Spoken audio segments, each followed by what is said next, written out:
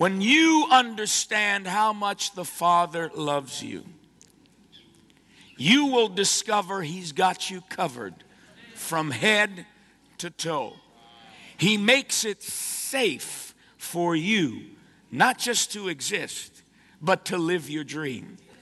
Say, if the dream is big enough, the facts don't count.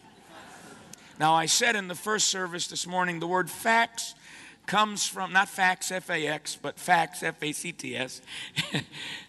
But the word facts comes from factum in the Latin, and it means that which is made or made up.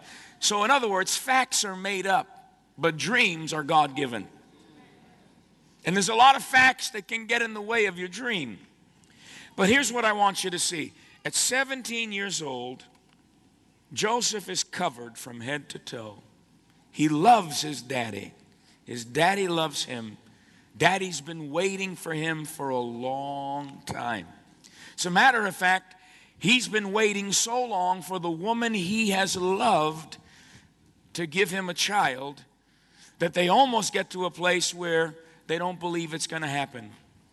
And then after 20 years of serving Laban, Rachel conceives, is carrying a child in her womb, and at that same time, when she conceives, God speaks to Jacob and says, I'm now going to send you back to your homeland. I'm going to send you back to your people and fulfill every promise I gave you. And Jacob is born just before, Joseph is born just before the departure, and when he comes out of the womb, very important, Mama and Daddy name him Yosef. Yosef means, may he enlarge me all the more. May he increase me all the more. May he add to me all the more. Or you could say it the Chironna way, God, if you did it once, do it again. Say, if the dream is big enough, the facts don't count. Okay, so Joseph at 17, loved by his father, loves his father. His father's waited a long time. See, the longer it takes for a dream to come to pass, the more precious that dream is. We just heard the choir say, don't give up on God, because He won't give up on you. And so, if the dream is big enough, it doesn't matter how long it takes. It doesn't matter if it looks like everyone else has had their dream come to pass but you. If your dream is big enough, all those facts don't count. And so Joseph is mantled and covered by his father, and no sooner he gets covered, he has a dream.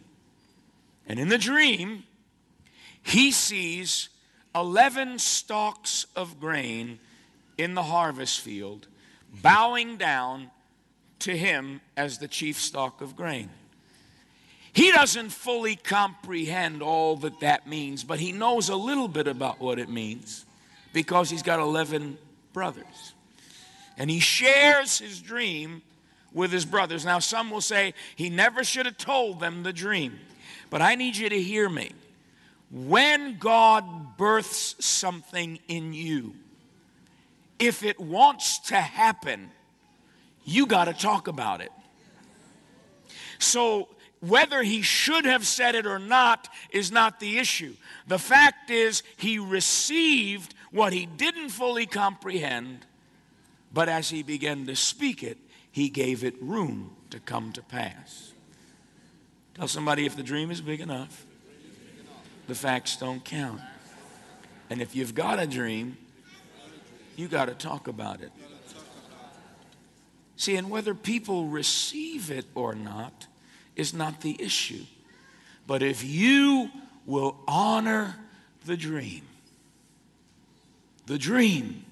will honor you.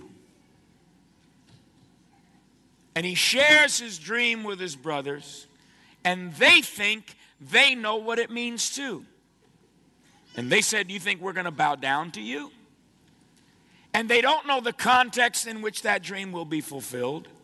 But they already don't like Joseph because Joseph is favored by Jacob. So there's an extreme amount of dysfunction in the family because the other brothers, the other 10 brothers, are either the product of Leah's womb or one of her maids. None of whom are the product of Rachel. So they share the same father, but a different mother. Therefore, they do not honor Joseph the same way they honor each other.